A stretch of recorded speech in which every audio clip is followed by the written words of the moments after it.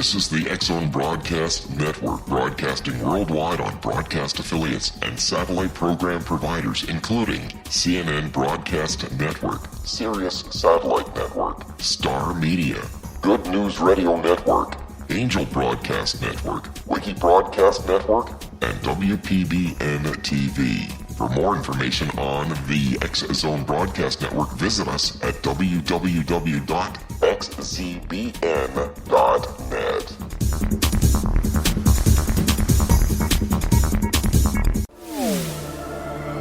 The X-Zone Radio Show with Rob McConnell is largely an opinion talk show.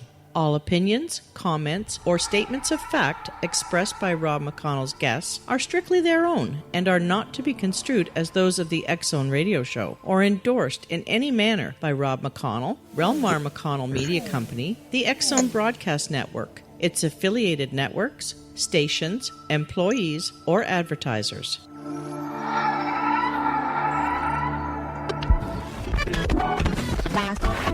All Hit Radio.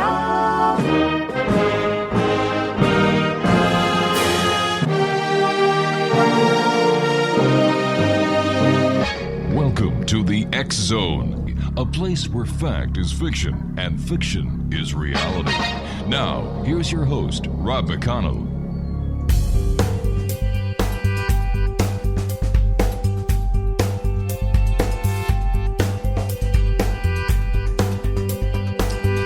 And welcome back, everyone. This is the X-Zone. I am Rob McConnell, and we're coming to you from our broadcast center in Hamilton, Ontario, Canada.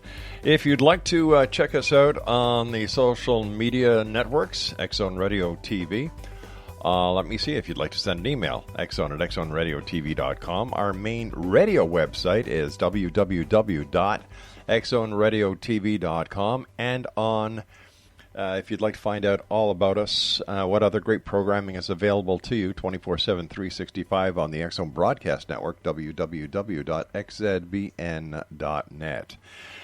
My guest this hour, X-Zone Nation, is Ken Cherry. He is a fifth-generation Texan and a U.S. Marine Corps veteran who served from 1966 to 1970 in the Vietnam era.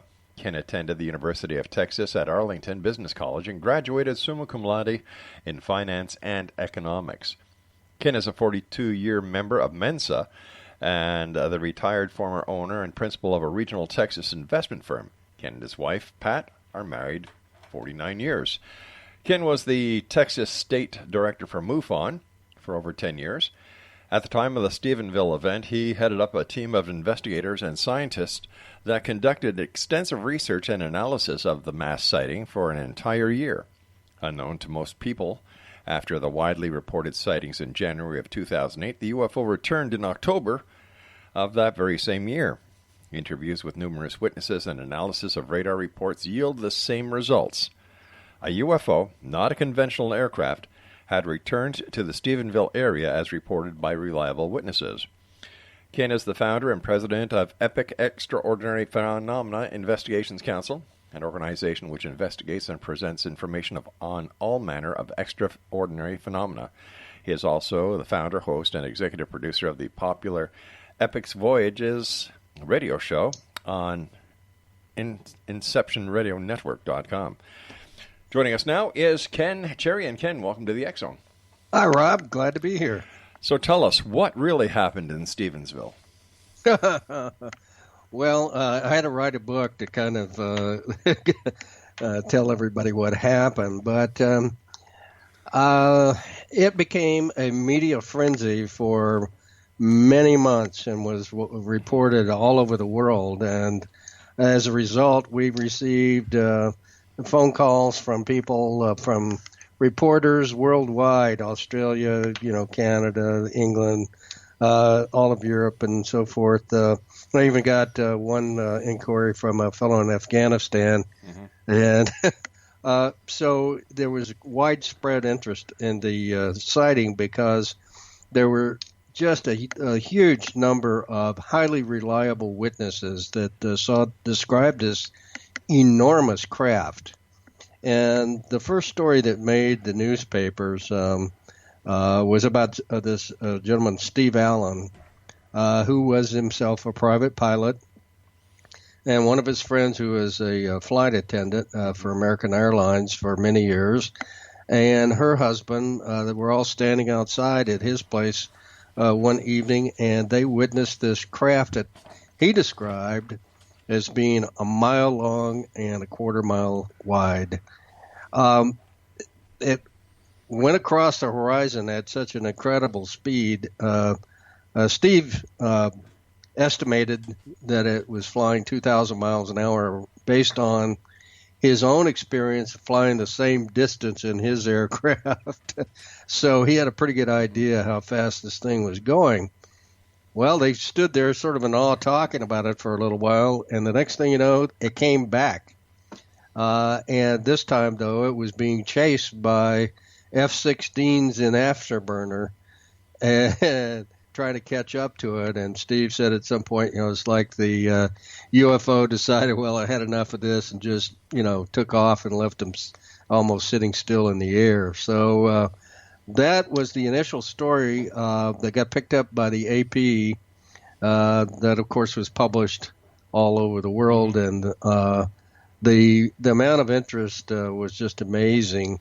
We had initially 75 witnesses that wanted to give us their account, and so we made arrangements. Hey, Ken, we're going to have to do a little bit of a cliffhanger here. I have to take my first break. Exonation Ken Cherry's our special guest.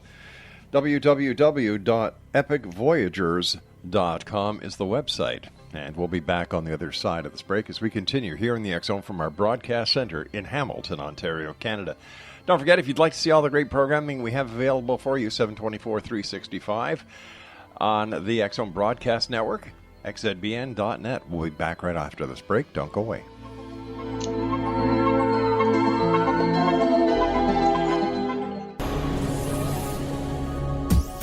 This is the X Zone Broadcast Network, broadcasting worldwide on broadcast affiliates and satellite program providers, including CNN Broadcast Network, Sirius Satellite Network, Star Media, Good News Radio Network, Angel Broadcast Network, Wiki Broadcast Network, and WPBN TV. For more information on the X Zone Broadcast Network, visit us at www.xzbn.net.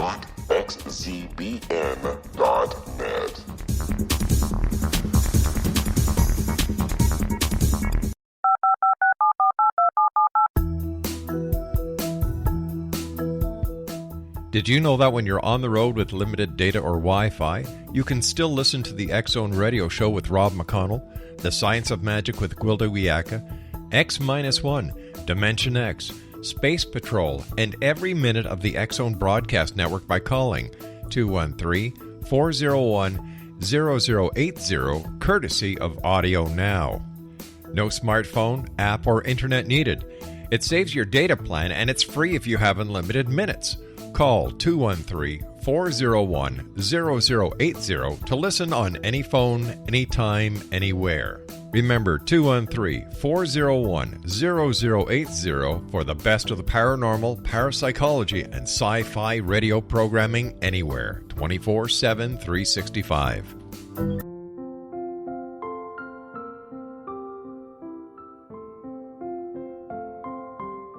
I am Dr. Carl O'Helvey, founder, president of a new cancer foundation focusing on evidence-based physical, mental, and spiritual interventions, including natural cancer cures, prayer, meditation, affirmations, nutrition, and other related holistic cancer prevention and cure modalities. These are used in cancer education, research, and financing care. I ask for your help to continue this important work by donating at www.holisticcancerfoundation.com.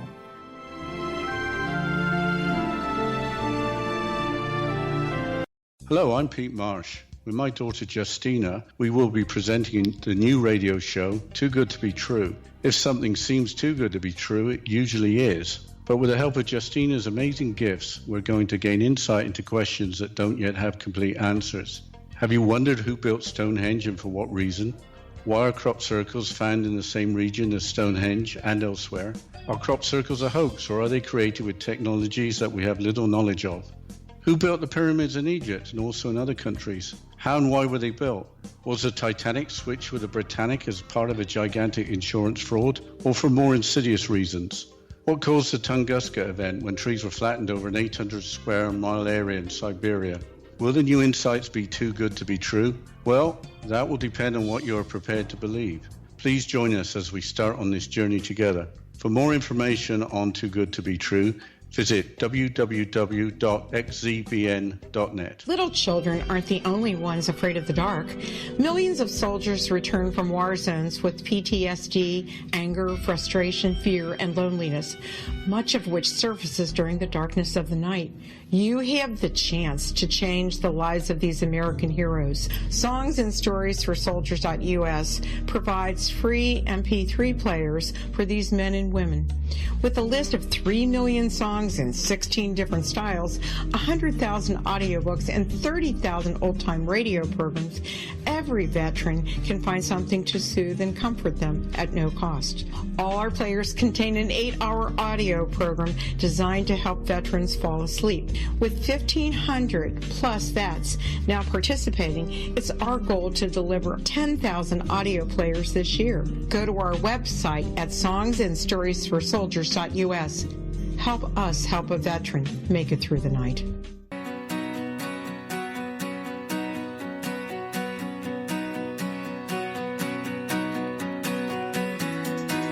Welcome back, everyone. Ken Cherry is our special guest, www.epicvoyagers.com. And Ken, we were talking about the Stephenville UFO going back to, when was it, 2008?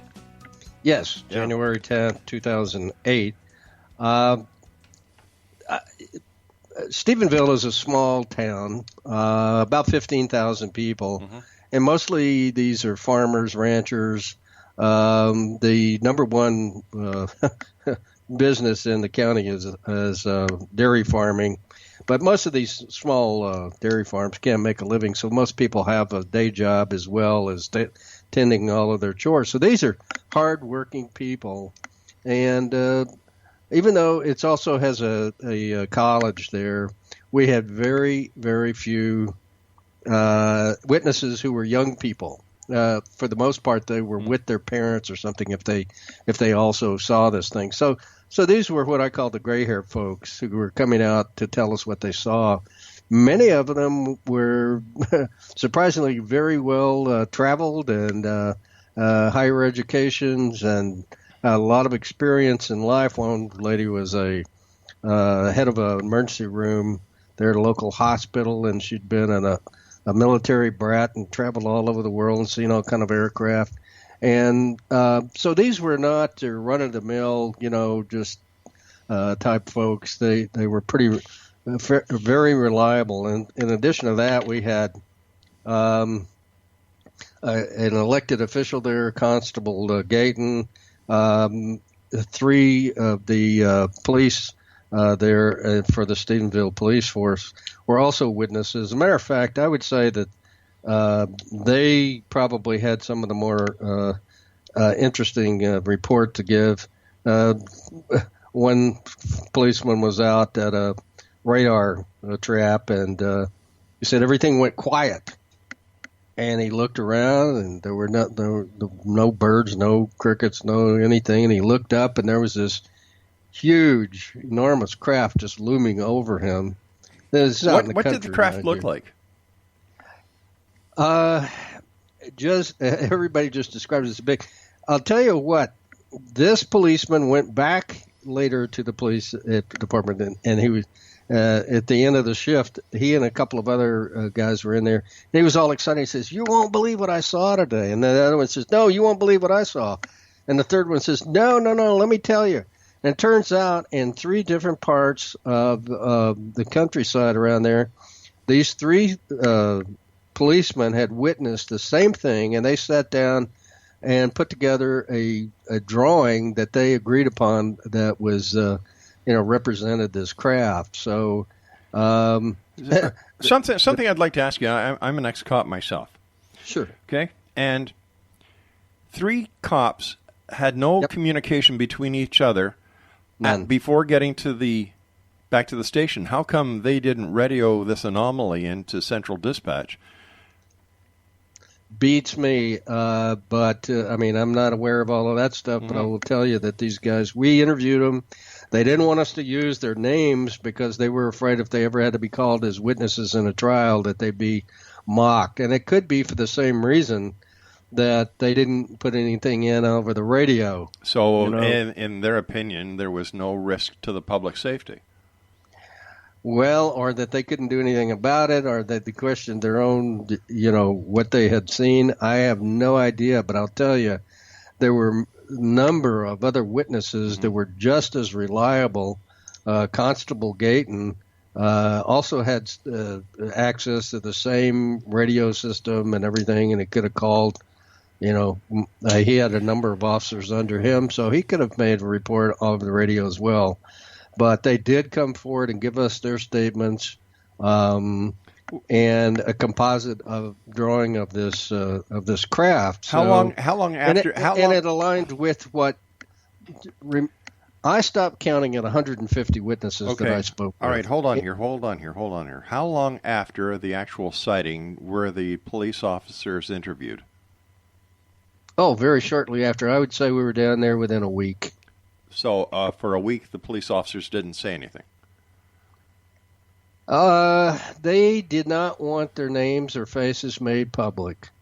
So they were waiting to give the official statement, but they didn't. They really were in fear of their jobs. Now, Constable Gayton was very public about it, and he was an elected official. He's very popular there. He was reelected numerous times, and I guess he had no fear that it was going to affect him, and so he was very vocal about it. But a sheriff, a deputy there, also viewed it. I mean, Constable Gayton was one of the only law enforcement officers that had the courage to go public on it. So, but there were other people. There was bank president who didn't want their name used. There was a city councilman, Mark Murphy, who he was very vocal about it. He came out and gave. So there were people who could have felt that they could impact their careers that did go public, but others, I guess, felt that they were more vulnerable. So I don't blame them. I mean, we took their information, and it conformed to the reports that we're getting from other people all over the county.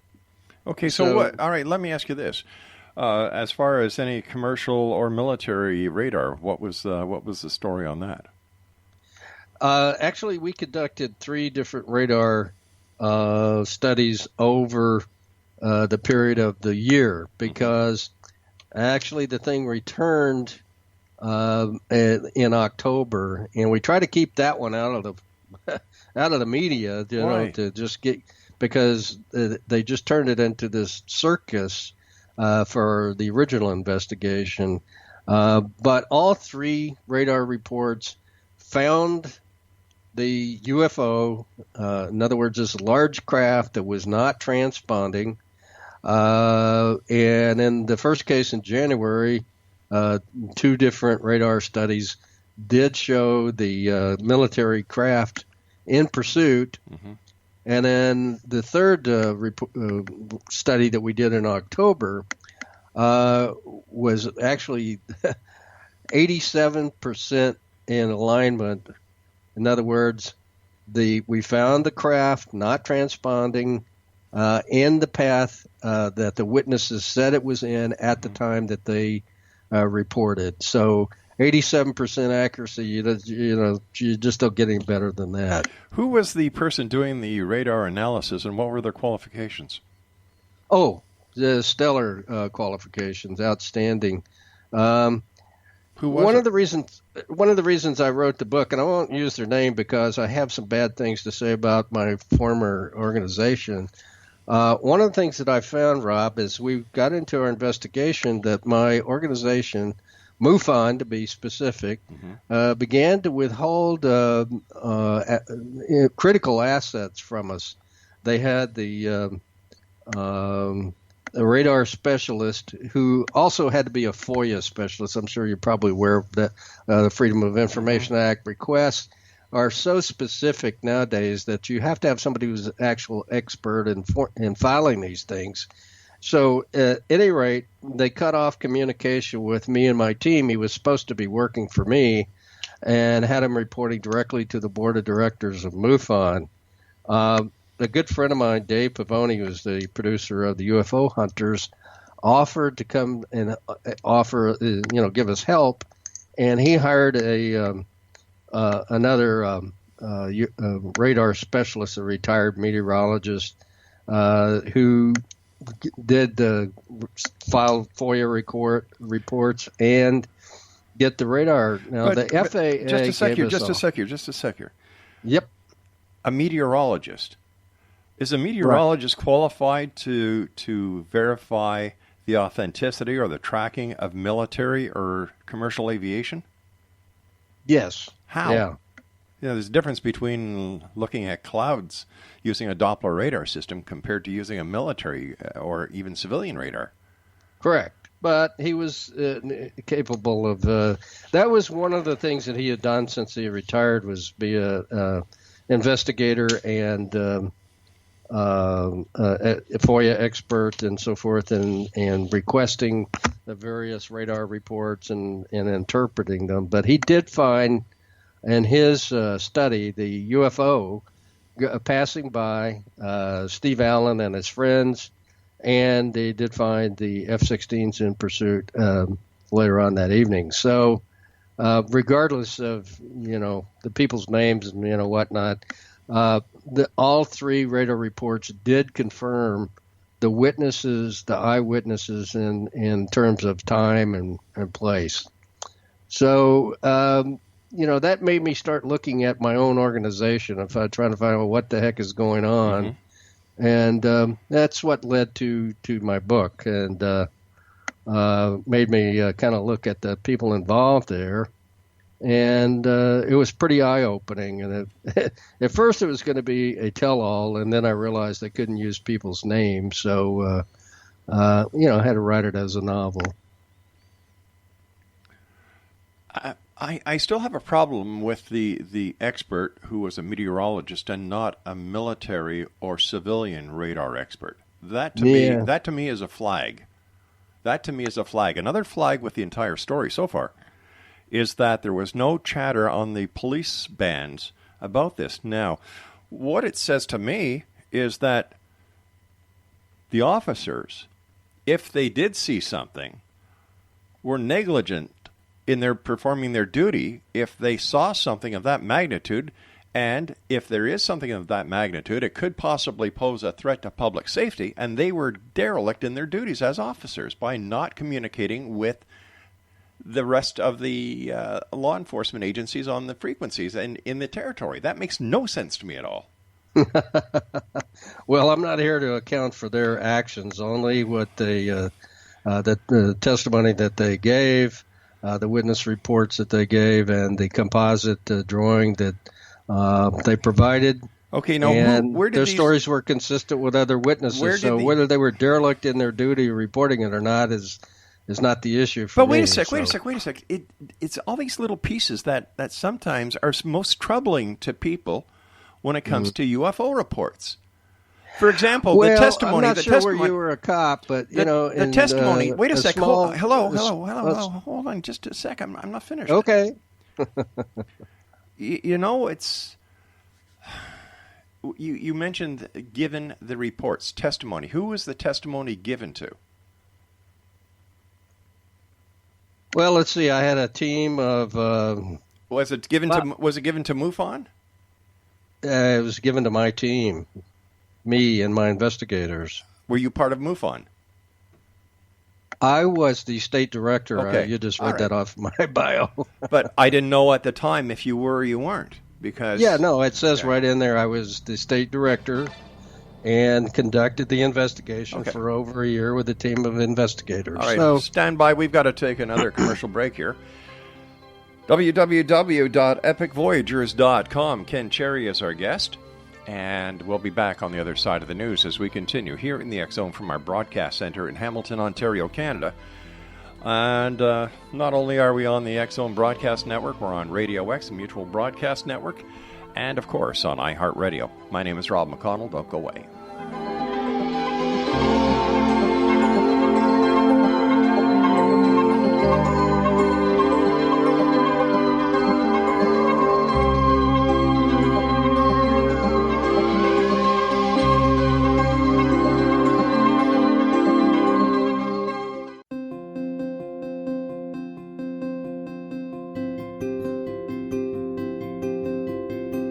Dreams are our personal gateways into infinite wisdom. Don't miss shamanic counselor and indigenously trained dream decoder Sandra Corcoran's inspiring book, Shamanic Awakening Between the Dark and the Daylight.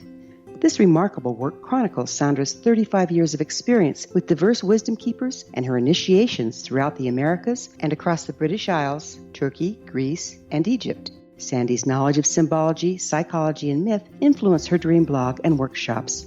Sandy offers private tarot readings, international journeys, a meditative CD, as well as her book, Shamanic Awakening, to encourage you as you navigate this earth walk, creating a deeper connection to yourself and all that is. Find this and more at Sandy's website, starwalkervisions.com.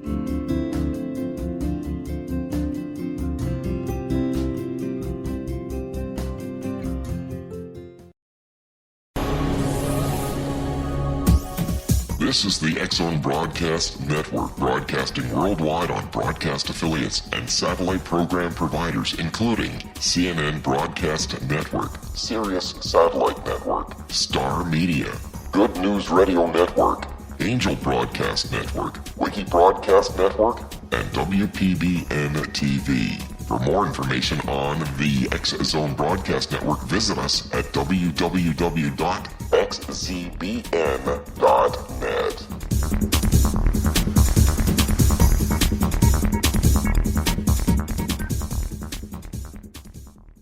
How would you like to be able to read other people's minds? Well, the next best thing is here. When you know how to read a person's name, you know how the person thinks, feels, and behaves.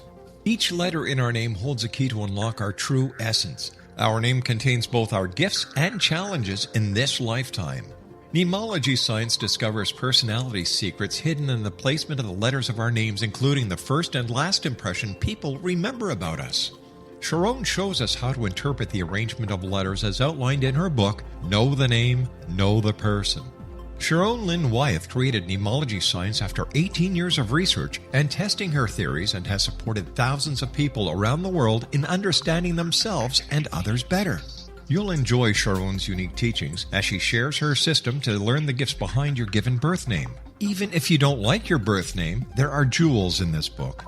If you're thinking of changing your name, ready to name your child, or wanting to get along better with others, this is the book for you.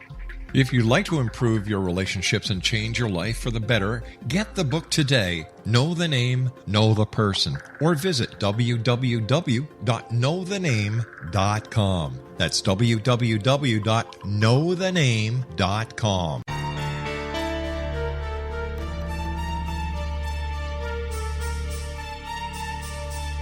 Hello, I'm Justina Marsh, and with my dad Pete, we are going to present a new show called Too Good to Be True. Together, we are aiming to discover more truths about this world and beyond. Do you have unanswered questions about the world? Do you ever wonder about aliens, conspiracy theories, or the universe? There are many shows discussing subjects such as pyramids or UFOs, but we want to relay this information based on our own research, including from spiritual means. Hopefully, listeners will be helped with their own beliefs and will appreciate the psychic insights that add to the previous research and information. We both look forward to sharing this insight and beginning this journey with our listeners. Visit xzbn.net for more information about when to listen.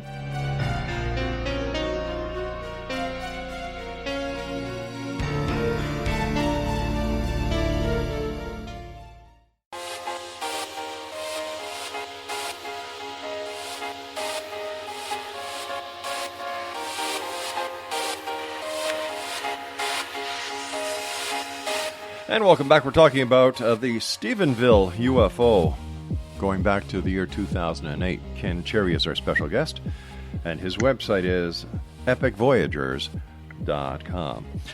So you and your team investigated the sighting for a year. You interviewed people. You had experts looking at the radar tracks. You had credible eyewitnesses. And what was the final conclusion? It was a UFO that was seen twice, am I correct?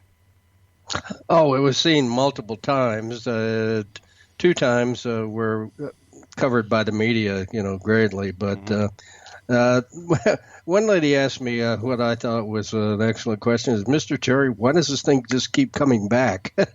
Because it was sighted a number of times over the through January and February. So, there were 2 types. The media dubbed the big one that was considered to be a mile long and a quarter mile wide as the mothership. But there were also orbs that were sighted, not always in conjunction with this big one, but there might be, they were kind of golden globes, orbs. Could either be one, several of them, or one that broke into several. So there were different. There were 2 different, primarily UFO types there. Were there any photographs taken? No, there were just these composite pictures that were put together by the cops. I had any number of people come forward with things. One of the witnesses that the little newspaper there in Stephenville quoted gave this dramatic account of him being out hunting on his ranch, and he looked up, and there was this huge craft hanging over, and he looked through the scope on his rifle, got a good view of it. But he brought us what he claimed to be proof, and we looked at it, and it looked all the world like just the sun shining through the clouds, or behind the clouds. So we didn't have anything that would be considered definitive proof. And there were James Fox came into town, was offering $5,000 for pictures, and everybody my phone rang off the hook. People wanting to be paid for whatever they had to say or turned show. Into a circus. A circus, yes, absolutely. What did the military say? Pardon? What was the military's reply? Well, the initially, within a day or so of this report, this major came out and said, it was 2 commercial jets flying too close together and created an optical illusion. Well, the fact that it was seen in 3 or 4 different counties from all sorts of different angles at different times kind of blew that away. But then by the time we got our radar reports, he even denied that there were any F-16s in the area. And then after we got our radar reports proving that they were there, okay, I didn't know about that flight that was out that evening. Is it possible it was the National Guard, therefore the Air Force wouldn't have not known it? No, not at all. The Joint Reserve Base is, these are all people who are, part-time pilots.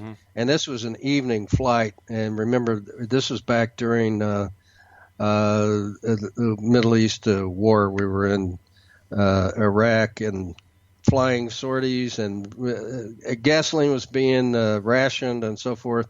And you don't send reservists out at night. They don't have that much experience flying except a couple of weeks out of the year. They're mostly accountants and people like that, So this would have been unusual. Plus, you have to. You don't just hop in a plane and fly off. It's all kind of ground support has to be called in for these folks. So the fact that somebody didn't know that this flight had gone out is just ludicrous. One of the witnesses or people that I spoke with, over a period of time, I had a number of whistleblowers that came forward to tell me, their version of what was going on and so forth. And one one of the first people I spoke with was this young first lieutenant, Air Force lieutenant, on the base where this flight had taken off. And he'd already decided he wasn't going to make the Air Force career and was very interested in this. But anyway, he said, we see UFOs on our radar here all the time, and we're told not to talk about them. So apparently, one thing we did find is that this area has been a hotbed of UFO activity for at least 100 years. And yet there's no proof of them. No proof. Well, unless it lands or people get a clear shot of them, you're absolutely right. I mean, even some of the best photographs have been people have said, those are too good, But it is, look at it this way. This is a conditioning process for the human race. It's like we discovered this primitive tribe in the jungle. Just go barging in there. You fly over, you drop a Coke bottle, whatever, that movie was. But anyway, it's a long conditioning process. And first they want to try it out over a small town like Stephenville and, see how people react. In the beginning, the reaction was pretty good. People wanted, I found a genuine interest among all these gray-haired folks and said, I know I've seen something that's unusual and probably, the greatest mystery of my lifetime. And, of course, people exist on other planets. And so they were pretty calm. But as more and more media hype came out, the sighting reports just started spiking, and people who had been reliable witnesses started seeing UFOs everywhere. So, part of the justification for not disclosing what's going on with UFOs and ETs and that sort of thing is the belief that people would not be able to handle it. And we did get, there was at some point a mass hysteria that took over there where people were seeing UFOs everywhere, and even some of our earlier witnesses that we found, that we confirmed their stories, began to see them everywhere. So I think we've got a long way to go before we're ready for them to just land and give us the proof that you're looking for, Rob. Well, I figure with all the cameras that everybody has access to now, whether it be a remote webcam or a dash cam or somebody's cell phone with a high-definition camera, if these UFOs are all over the place, shouldn't there be the smoking gun photograph by now if they are really there and it's not, it's real and not just kind of a sociological hype that is going around, because it does get certain people their 5 minutes of attention. Yeah, well, when you say they're around all the time, they're not in the same place on a regular basis all the time. So, quite a few of the sighting reports that we followed up on were not, not confirmed. But I would say that over time, around the world, there have been a few, fairly good photographs. The Belgium flyover, there were a number of photographs taken of these triangular crafts with their lights going overhead and so forth. So, it's not like there haven't been any. And but there are always naysayers out there that say, that's not real, it's photoshopped, whatever. But I agree. We just got as close as we could to proving, the fact that it's a UFO doesn't mean that it's from outer space. I agree. It just means that it's an unidentified flying object, but it was clearly technology that's not conventional. How do you know that? How do you know that? How do you know it wasn't technology that is still classified as top secret?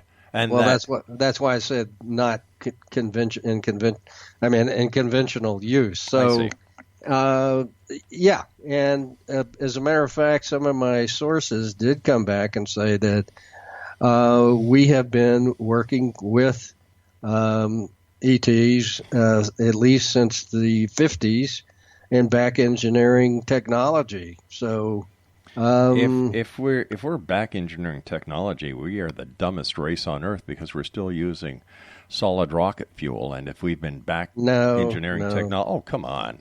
No. Here's the thing. Okay. The people who actually run this planet don't want this to benefit the rest of mankind. Who's running the planet? Well, let me put it this way. Remember back in the early, when the Spain and England and so forth had the money to put forward all these ships to go around the world and loot the other countries, they didn't spread the wealth around. That was for the benefit of the kings and queens and the royal, people. So, it's the same thing now. There are a few, like the Rothschilds and others who run the planet. They're the wealthiest people. And, one of the sources that is a main character in my book, one of the main characters is an older gentleman that I met who was, there was a near-death discussion. He was on his last leg, but I had known him off and on through the years. I never knew what he did, but he said that he had been a member of the OSS of World War II and a close confidant of MacArthur. And so at some point during the war, there were a number of UFOs that were shot down or came down accidentally that the MacArthur had viewed, and he was with them. But at any rate, that's how he got introduced into this. And later on, as an older man, he was a member of a 3-man team who gave the final approval for black budget projects, the funding. And he said one year the funding request was so huge that he and the other 2 men just would not approve it. They told this general, we don't know where the money's going. There's no oversight. We're not going to approve this. So, the general said, okay, I'll take you. Anyway, he said he took them to a hangar, an enormous hangar. He didn't tell me where. Mm-hmm. And he said when they opened the hangar, in his words, there were all sizes of flying saucers. And the general turned to him and said, that's where the money's going. And this was in the early 60s. So we've had the secret space program for at least 6 years, something like that. So it's not that we haven't been able to, back engineer this stuff. It's just that. And yet Russia was on the moon before the Americans were. You go figure. So that means the extraterrestrials weren't working with Russia. They were just working with the Americans? I don't know that. They could be working with the Russians and the Chinese and also as well. Who knows? All right, listen, I've got to take my final break. Please stand by. Interesting conversation. Ken Cherry's our special guest. www.epicvoyagers.com. I'm Rob McConnell. We'll be back on the other side as we wrap up this hour here in the X Zone from our broadcast center in Hamilton, Ontario, Canada. Don't go away.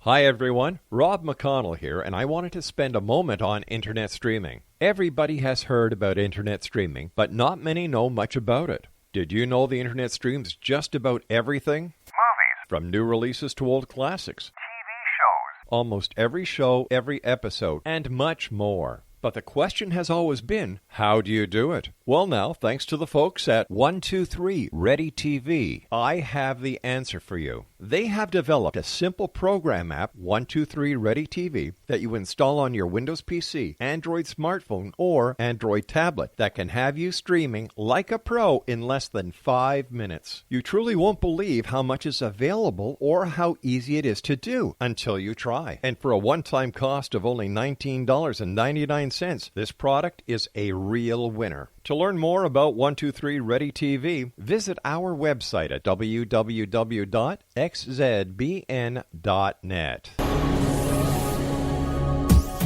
This is the X-Zone Broadcast Network, broadcasting worldwide on broadcast affiliates and satellite program providers, including CNN Broadcast Network, Sirius Satellite Network, Star Media, Good News Radio Network, Angel Broadcast Network, Wiki Broadcast Network, and WPBN TV. For more information on the X-Zone Broadcast Network, visit us at www.xzbn.net.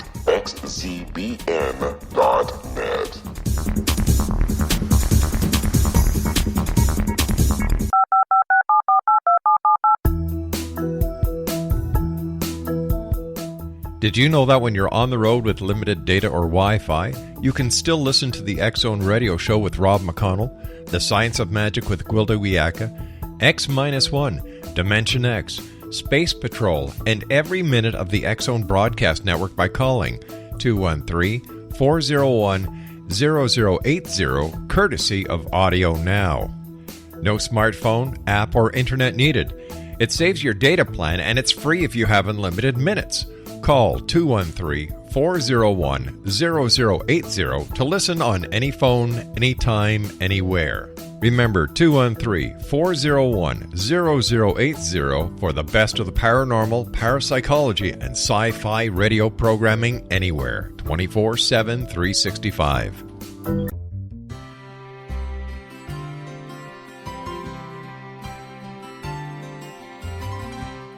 True healing must address 4 levels: physical, emotional, mental, and spiritual, for us to live joyful and productive lives. We tend to treat 3 of the 4, leaving the spiritual languishing. If you're tired of the same dysfunctional patterns cropping up in your life, Soul Balancing is for you. Trixie Phelps, owner and founder of Soul Balancing, is a naturally gifted energy healer trained in numerous esoteric forms, including shamanism. Trixie has created a powerful modality that safely and effectively clears your energetic field. A Soul Balancing session can remove interference, heal trauma, and restore your hope. Contact Trixie for a life-changing long-distance session today, www.soulbalancing.world.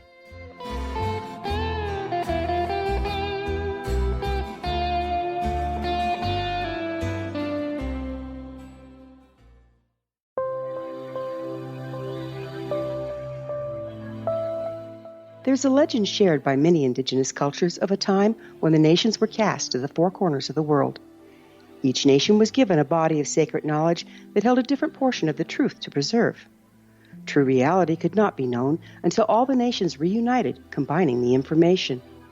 If a single one was missing, the world could not be reborn and darkness would prevail. The Science of Magic Radio is dedicated to reuniting the sacred knowledge. With the understanding, none of us has all the answers, but together we can open new perceptions and possibilities. Through our combined vision, the world can be reborn into a place where darkness no longer prevails. Join me, Gwilda Wiyaka, and the Science of Magic daily on the X-Zone Broadcast Network, xzbn.net, or visit us at thescienceofmagic.net.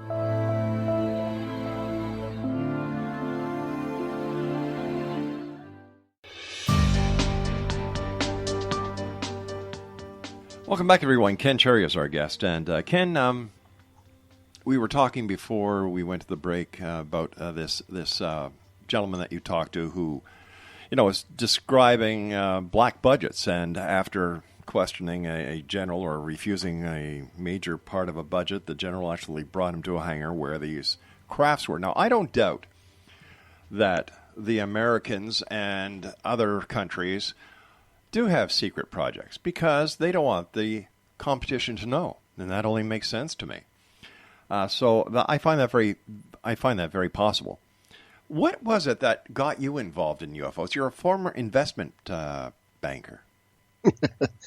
Well, I did have an experience when I was a youngster, about 6 or 7 years old. We lived on a ranch south of Dallas, and back then the kids, they were gone all day. Their parents didn't worry about them. But I was out in this pasture, come through this area of trees on our place there, and looked up, and there was this silvery object just sort of floating across the horizon. And the next thing I knew, this jet came down. Of course, I was too young then to know anything about military aircraft or UFOs or whatever. So I didn't know exactly what these were. But, there was some sort of a glint or something. I don't know if it was the sun, but whatever. The jet started smoking and the pilot bailed out. And the plane crashed. And this silvery object, took off.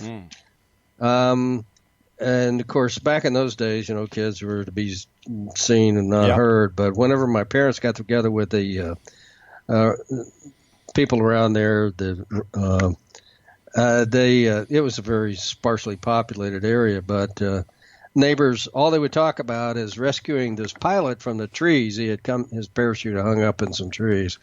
So, it was one of those things that you will never forget. It's like, where were you when Kennedy was shot, or anything that's dramatic that happens in your life? It's burned into your memory. And so I read what I could as a teenager, and then later married. But anyway, it was probably not until I was about 40. We took a trip to Roswell, went to the little museum there, and there was some information about MUFON, the Mutual UFO Network. So, I took that, and then when we returned home, I followed up on it. And within a year or so, I became the state director for them. And it's supposed to be the largest and oldest scientific organization for the, study of UFOs for the benefit of mankind. Yeah.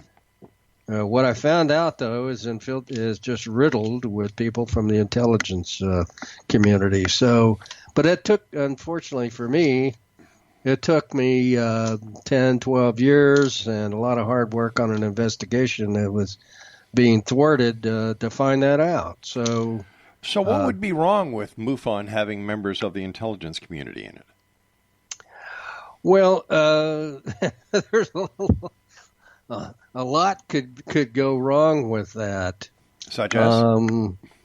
Well, it's supposed to be for the public to know what's going on with UFOs and ETs, and whatever conclusion they come. First of all, they've been in business for well over 40 years, and they've come to no conclusion, no proof, nothing. So, I'll give you. What if the most critical cases to come in on the server are never disseminated to the investigators or seen by the public? But isn't that where the media comes in? How would the media know? People call the media first. They usually don't call MUFON. Well, not. They had a central management system that was humming all the time with reports from around the world. I think Peter Davenport does a hell of a lot better job than MUFON ever did. Absolutely. He's a dedicated great guy, and he doesn't get the accolades he should get. Yeah, Peter doesn't hold anything back. No, I don't believe so. But at any rate, there were just too many people there who have an interest in capturing the information for take, for example, Project Blue Book. It's been shown that was just a cover-up. Howard Blum in his book out there discusses a FOIA report that he obtained. Was a communication from, and I forget the general's name, but it said, of course, we didn't put the most critical cases in Blue Book. They were national security. So, those are the ones that were supposed to be of interest. All right, so let me ask you this question. You just brought up something very interesting. What gives any person or any organization to stick their nose into subjects that may indeed be national security and putting the rest of the country in danger because of their inability to know when to back away and not cross a line that they're told not to cross? Well, I'm not a believer in this no secrets stuff that seems to be the cry of the day. I do believe that there's a lot of things that the public doesn't need to know. But on the other hand, the secrets they're withholding could improve the course of humanity so dramatic. But what happens if they're not holding any secrets? What happens if the secret is part of a great nothing? I don't believe the government is perpetrating a conspiracy. I don't believe the Vatican is perpetrating a conspiracy. I don't believe anybody is maintaining a cover-up or conspiracy besides the UFO community itself, because as long as the conspiracy and cover-up is in place, they don't have to provide any evidence to the contrary.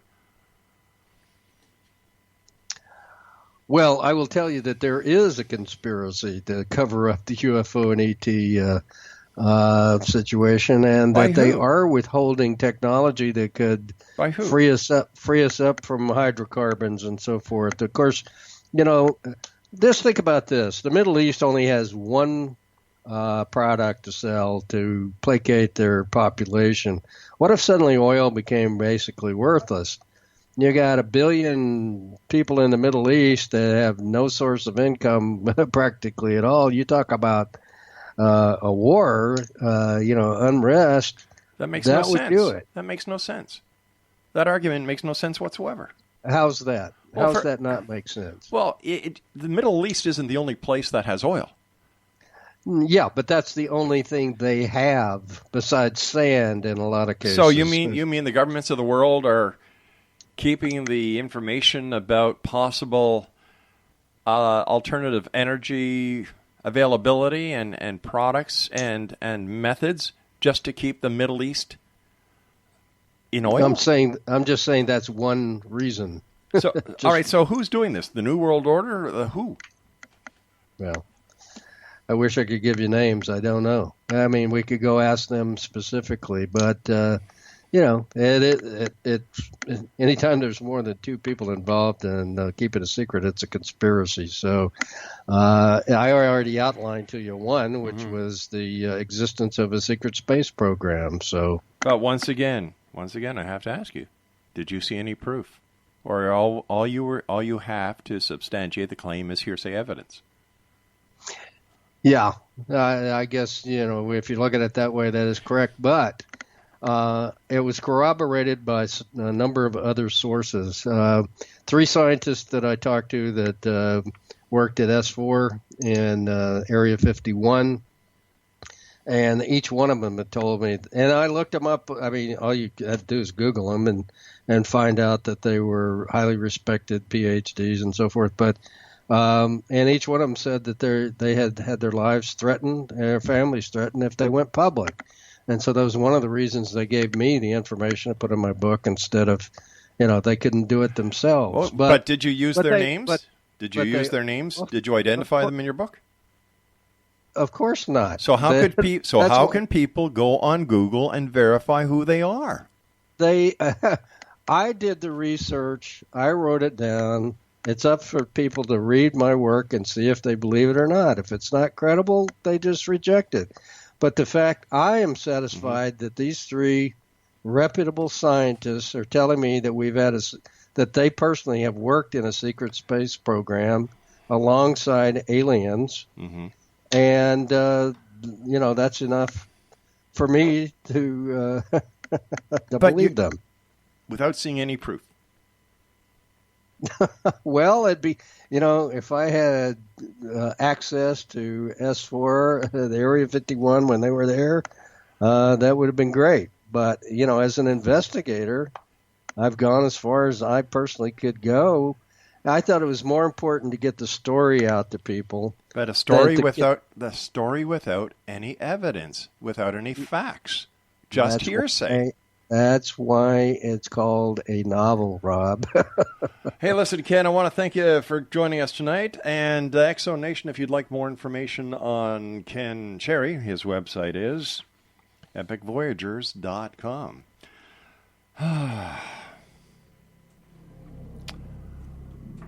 Yep. I don't know what to tell you, Exo Nation.